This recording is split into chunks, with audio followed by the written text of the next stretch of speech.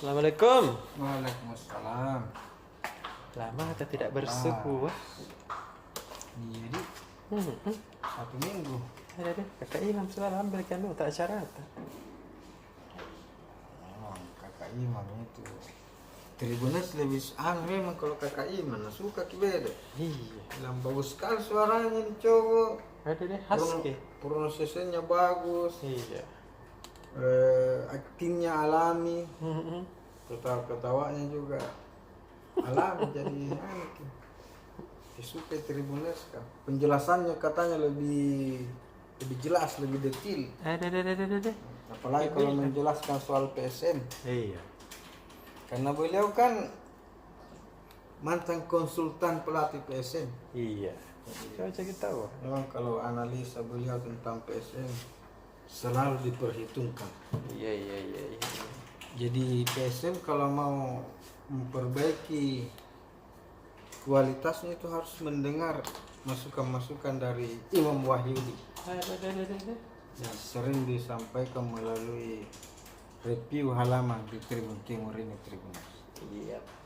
Jadi sebelum Pak Imam ini menjelaskan lebih jauh tentang perkembangan PSM, kita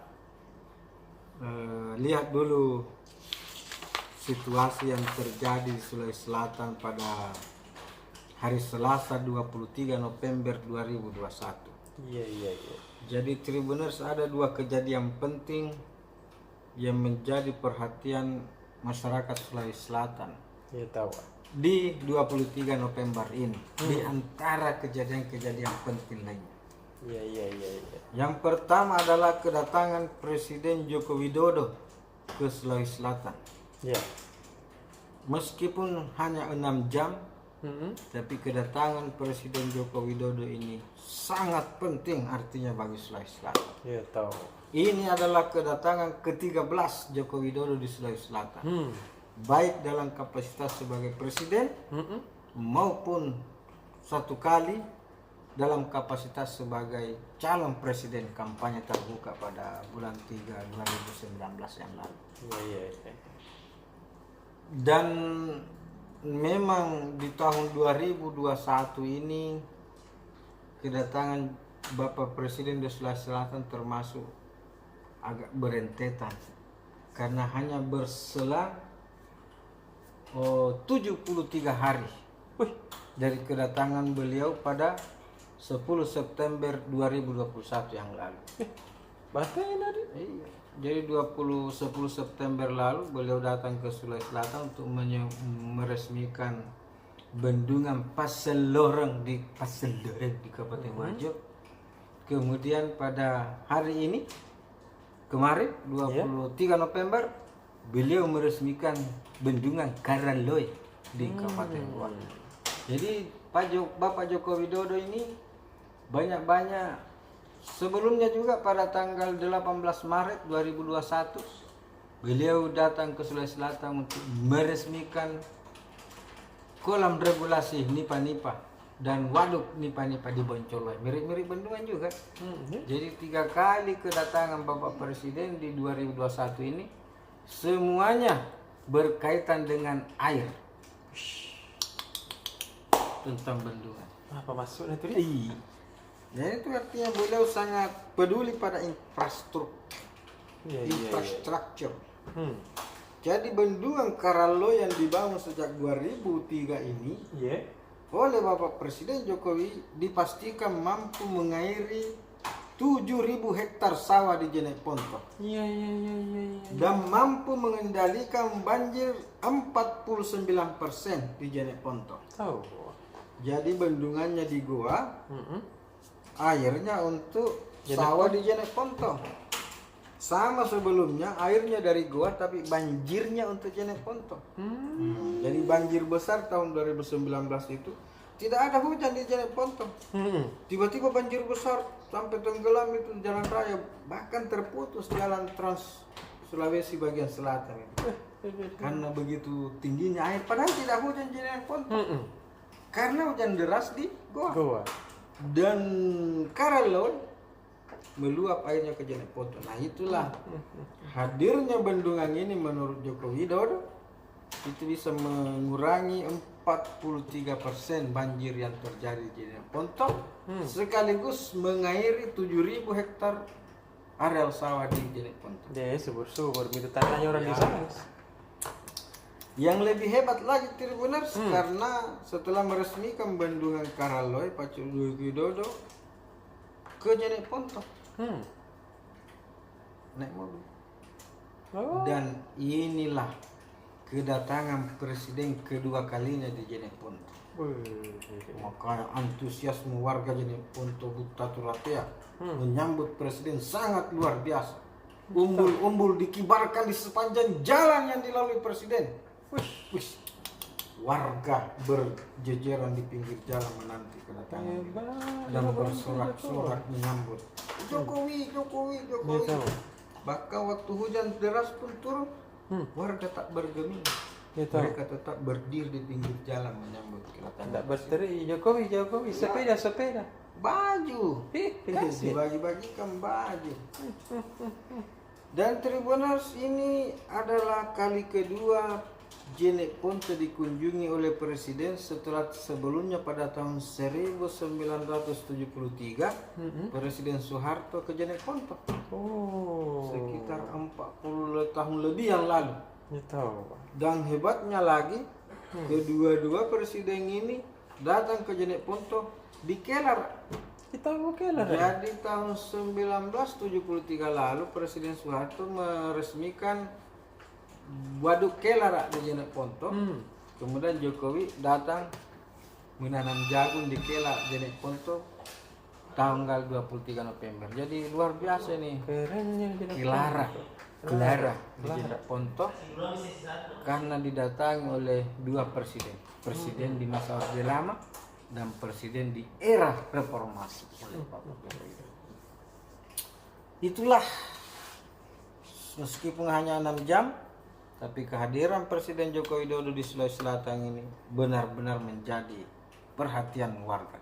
Dan Tribuners bisa menyaksikan ulang detik-detik kedatangan Presiden Joko Widodo baik di Bendungan Karaloy maupun di Jenek Ponto di live Facebook Tribun Timur Berita Online Makassar. Ada? Ada, tidak ada detik per detik, ada sekitar 10 video live.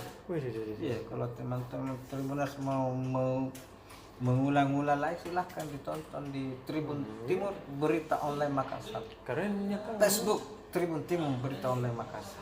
Nanti kakak Edi yang jelaskan bagaimana. Iya. Itu yang pertama. Yang kedua Tribuner, sidang pledoi Gubernur Sulawesi Selatan Nurdin Abdullah yang berderai air mata.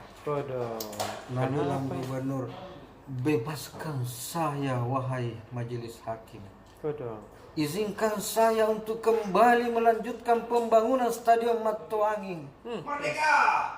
Izinkan saya wahai majelis hakim yang mulia untuk kembali memenuhi amanat warga Sulawesi Selatan menjadi gubernur lagi. Iya tahu. Bebaskan saya dari segala macam tuntutan jaksa penuntut umum KPK. Jadi kayak berdoa itu, Allahumma bebaskanlah saya dari api neraka. Iya. Minta dibebaskan dari segala macam tuntutan. Dan setiap kali Pak Gubernur Nurdin Abdullah bicara lewat layar Zoom di pengadilan, ibu-ibu langsung berteriak-teriak histeris. Sedih nama deh. Menjadi pusat. Dan teman-teman Tribuners juga bisa melihat sekali lagi videonya di Tribun. Ada? Tribun. Jadi kita banyak Tribun. Tidak sekedar ngomong, tidak sekedar menyajikan berita, tapi menyajikan video, menyajikan foto, mengulas dengan lugas lewat kata-kata di berita, menampilkan dengan jelas lewat video, dan menampilkan dengan lebih detail lagi lewat foto. Jadi kita terus mau lihat foto silakan, mau nonton video silakan, mau baca-baca silakan.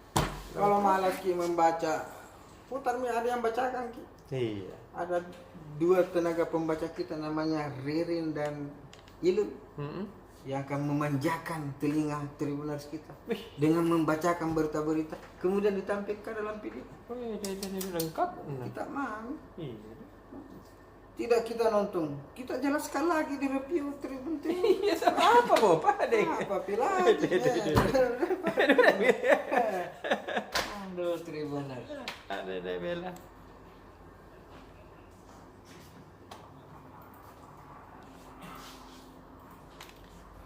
Kakak Pian. Oh, Kakak Ripa. Iya, selamat malam Tribuners, selamat malam Poang. Apa kita mau laporkan ini? Ini Tribuners, Iya. kabar dari parlemen di DPRD Sulsel ini anggaran untuk Sulsel sudah mulai dibahas ini di parlemen. Iya. Nah, ini salah satu yang sering diteriakkan oleh supporter tentang Stadion Batuangi. Betul. Nah, ternyata untuk 2022 ini anggarannya sebesar 70 miliar. Wow. Itu Sedikit. dialokasikan untuk pembangunan lapangan dan lintasan atletik. Belum ada dialokasikan untuk tribun penonton. Oh, deh. Jadi- Kenapa bisa tahu begitu? Inilah yang masih sementara dibahas draftnya Tribuners dan Iya. sejumlah legislator ini meminta Pemprov serius untuk membangun kembali Stadion Matuangi, markas PSM, markas Juku Eja ini. Cocok yang kita, Wak. disebut punya sejarah katanya Puang. Ih, cocok ya. Iya. Apalagi Makassar ini PSM ini kan tim besar. Masa belum punya kandang sendiri katanya Puang. Betul. Sementara di Pulau Jawa itu tak tiga stadionnya. Itulah Puang. Kita ini klub tertua tidak ada stadion tak biar satu. Jadi bagaimana coba? Gimana Mi cuma? Pasukan ayam jantan Puang. Iya. Tapi belum ada kandangnya Puang. Ih, dede. Ayam tapi berkeliaran ini Puang. Iya, dede. Ah, kasihan. Iya. Kan sembarang pitu-pitu Puang. Ini juga ada kabar dari Demokrat. Kubu AHY menang lagi melawan Kubu Muldoko di PTUN. Hai. Jago mau itu. Terus? Ada juga ini dari PAN ini, ternyata yang dilantik kemarin baru 23 kabupaten kota minus Sidrap Kenapa? Andi Iksan Hamid.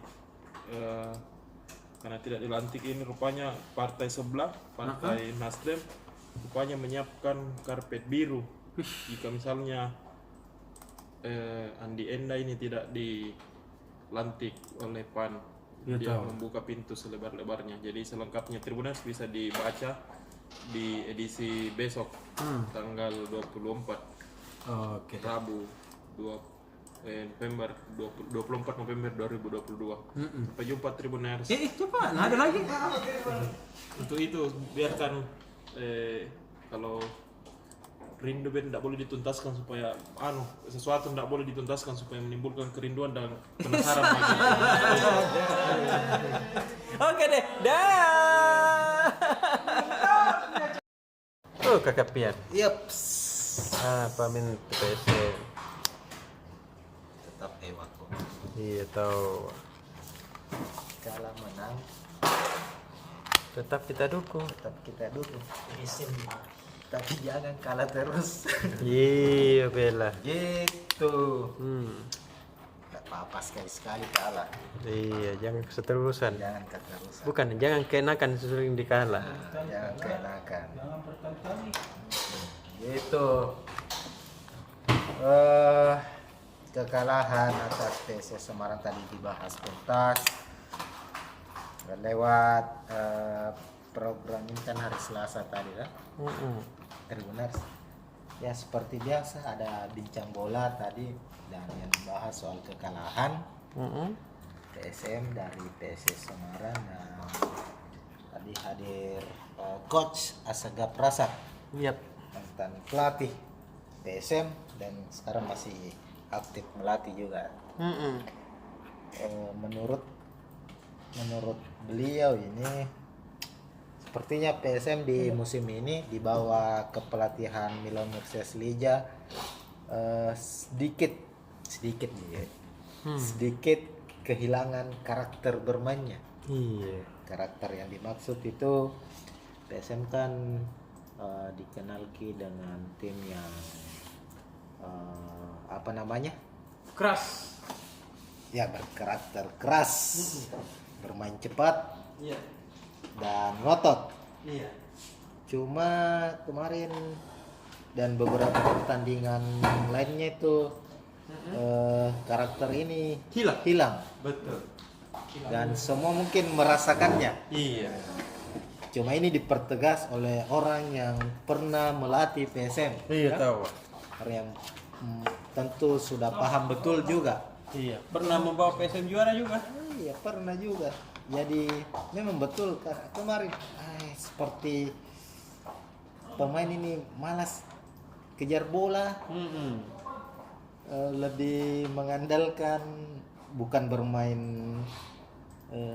keras tapi cenderung kasar. Kayaknya caranya main. Jadi Betul. ini harus kembali diperbaiki lah, dan untuk laga selanjutnya ini laga lawan Persipura perlu memang kembali dengan spirit itu, spirit Ewako yang harus tetap digaungkan supaya pemain pemain tetap paham bahwa PSM ini punya ciri khas yang harus tetap dipertahankan dan itu menjadi andalannya kan. Betul sekali. Begitu, karena berdasarkan hasil statistik dalam 4 musim terakhir ini, musim 2021 ini Liga 1 2021-2022 menjadi catatan terburuk PSM dalam 13 laga. Karena cuma bisa menang 4 kali, imbang 5 kali, kalah 4 kali. 17 di poinnya. Di musim-musim sebelumnya itu 2017 misalnya, PSM itu 8 kali menang, 3 kali kalah. Di 2018 7 kali menang. Begitu juga di 2019. Orang-orang Muslim makan tak mengajak kawan. Apa ini? Itu. Hah? Apa ini Tribuners? Astagfirullah. Oh, cakap tidak ada pegang jadi dikit. 7 kali menang juga. Ini kayak yang di belakang ini gara-gara kalah di PSM begitu menangnya. Iya kan. Tapi di luar daripada itu selain karakter permainan yang hilang juga ini karena menurutnya juga komposisi pemain untuk musim ini di awal musim itu kan tidak sebaik musim-musim sebelumnya. Betul sekali. Jadi jelang putaran kedua bursa transfer ini bulan depan tanggal 15 sudah dibuka. Mudah-mudahan manajemen berdasarkan rekomendasi dari pelatih, kalau masih dipertahankan pelatihnya Milomir Seslija, ya bisa mendatangkan pemain-pemain yang lebih baik lagi untuk mengisi beberapa posisi, utamanya posisi striker. Itu sudah harga mati itu. Iya. Harus datangkan striker yang haus gol, bukan yang Haus bola. Oh gitulah intinya, harus mau striker asing atau lokal, intinya striker yang bisa bertarung di kotak penalti dan mencetak gol, begitu, supaya tidak ada nih lagi tagar-tagar Milo out. Iya. Kemarin itu ribut-ribut lagi di medsos, Milo out. Tapi ya katanya beberapa supporter ya itu reaksi wajar lah. Iya tahu. Namanya juga supporter kan mau menang terus kan? Kita ini mau menang. Jadi kalau tidak bisa menang, Iya. ya Tahu diri Maki. tahu diri Maki. Begitu untuk halaman PSM. Nah, beberapa memang ada agak cukup kontroversi memang laga kemarin, kayak misalnya ada golnya Yakob Sayuri yang dianulir karena dianggap offside dan ternyata dilihat dari siaran ulang tidak ji ya ini biasalah wasit Indonesia. Sama ada juga ini benar itu kipernya PSIS Jandia Eka, bukan jersinya na pakai, jersey kiper cadangannya na pakai. Itu agak aneh juga ini sepak bola Indonesia sampai bisa lolos semacam kesalahan kayak begitu. Iya, Dik. Masa dia jersinya nomor 30, yang na pakai jersey nomor 33. Baru bukan namanya juga. Oh, deh. Namanya Joko Ribowo. Baru dia namanya jadi. Kali pagi nama Joko Widodo. Pikir Joko Widodo. Gitu itu halaman PSM. Oke. Halaman kampus. Halaman kampus kabar baik untuk seluruh ketua OSIS se-Indonesia Timur. Wih, untung toh berarti saya juga dikenal tuh. Pernah ketua OSIS? Oh pernah. Itu ke SMA. Ya, kalau mau daftar kuliah lagi di UNHAS, ya ada jalur khususnya. Kalau mau kita. Jadi program jalur penerimaan mahasiswa baru untuk jalur ketua OSIS ini kan memang sudah dari 2019 sudah dicanangkan di UNHAS. Oh, keren ya, Dek. Cuman yang sampai 2020 ini 2021 hanya untuk Sulawesi Selatan. Oh. Iya. Dan ternyata bagus keluarannya menurut pihak UNHAS, bagus sih keluarannya nih yang mahasiswa dari jalur ini tuh. Iya, dia itu kepemimpinan tahu. Diajar ke kepemimpinan sejak awal. Makanya tahun depan tahun 2022 diperluas nih. Bukan cuma Sulsel. Iya. Tapi Indonesia Timur. Yang kita tahu semua ketua OSIS karena sekretaris juga tahu. Karena ada sekretarisnya di. Iya, karena sekretarisnya itu yang biasa yang Ada bendaharanya juga. Iya, mau bendahara, sekretaris mau. Sekretaris Iya. ya, mungkin itu bisa jadi usulan. Iya, Kayaknya tahu. dengar ini. Prof Arsunan ini. Iya. Wakil Jadi rektor ketua 3. dengan wakil. Sekretaris tahu. Iya. Atau ibu rektor mungkin bisa diusulkan tak? Iya. Tapi intinya itu untuk sementara ini Iya. ketua OSIS se-Indonesia Timur. Jadi dari Sulawesi Selatan, Sulawesi Barat, Sulawesi Tengah, Sulawesi Utara, Sulawesi Tenggara sampai Papua. Kerennya tahu nih. Maluku, Papua, Nusa Tenggara itu kalau ketua OSIS bisa daftar di UNHAS. Ada Tanpa jalur tes. khususnya. Tetap ada tesnya. Iya, tapi ada jalur administrasi, tapi ada intinya ini lebih Dimudahkan mudah, lah. dimudahkan. Iya. Dan punya peluang dapat beasiswa juga. Peluang besar dapat beasiswa. Bisa memilih prodi manapun dari 13 fakultas yang ada di UNHAS. Dede, nanya. Cakep gini. Bagus gini. Dan masih dari UNHAS juga tadi di Fakultas Hukum ada seleksi calon hakim agung, sosialisasi seleksi calon hakim agung. Jadi Komisi Yudisial itu menggandeng Fakultas Hukum UNHAS Iya.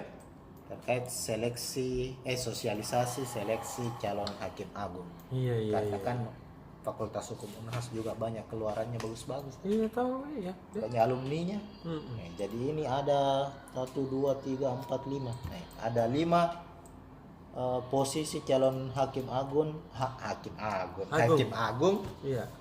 yang sementara dibuka lowongannya. Hakim agung agama, tata usaha negara, Iya. hakim agung pidana dan lain-lainnya itu. Jadi ya mudah-mudahan ada lulusan dari UNHAS juga bisa Iya deh. bisa gabung di situ. Itu mungkin untuk halaman kampus. Iya, Taman Kota. Makassar terakhir. Ribut-ribut soal kenaikan upah minimum. Iya. Padahal tuh kita itu. Setelah upah minimum provinsi Sulawesi Selatan, UMP Sulawesi Selatan dipastikan tidak ada kenaikan.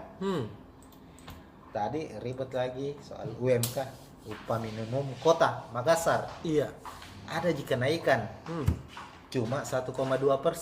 Lumayan itu. 36.000 sekian jadi naiknya. Harus sampai beli minyak tanah. Cuma ya serikat pekerja, para buruh tadi turun demo karena menganggap kenaikan itu tidak sesuai dengan usulan begitu.